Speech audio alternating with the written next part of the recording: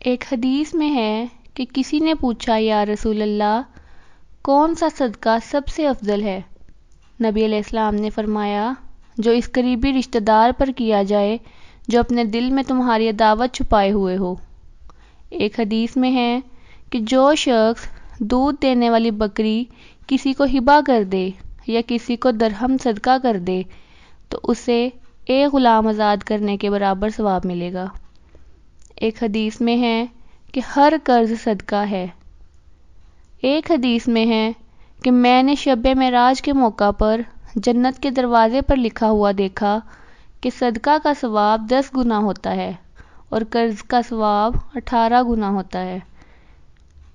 ایک حدیث میں ہے کہ جو مسلمان کسی مسلمان کو 2 مرتبہ قرض دے یا ایسے ہے جیسے اس نے 1 مرتبہ اسے صدقہ کر دیا ہو۔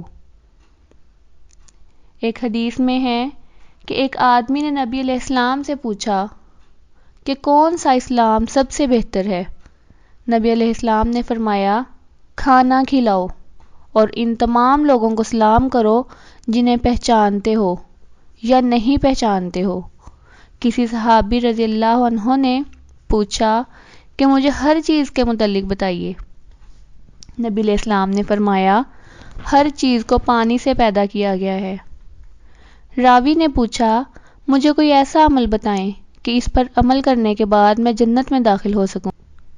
نبی علیہ السلام نے فرمایا کھانا کھلاؤ، اسلام پھیلاؤ، صلح بھی کرو، رات کو اس وقت نماز پڑھو جبکہ لوگ سو رہے ہوں، سلامتی کے ساتھ جنت میں داخل ہو جاؤ۔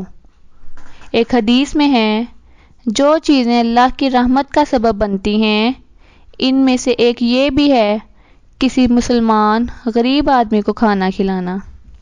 ایک حدیث میں ہے جو شخص اپنے بھائی کو کھانا کھلائے یہاں تک کہ اس کا پیٹ بھر جائے اور پانی پلائے یہاں تک کہ اسے سیراب کر دے تو اللہ تعالیٰ اسے جہنم کے 7 خندقوں کے بقدر دور کر دے گا اور ہر 2 خندقوں کے درمیان 500 سال کا فاصلہ ہوگا۔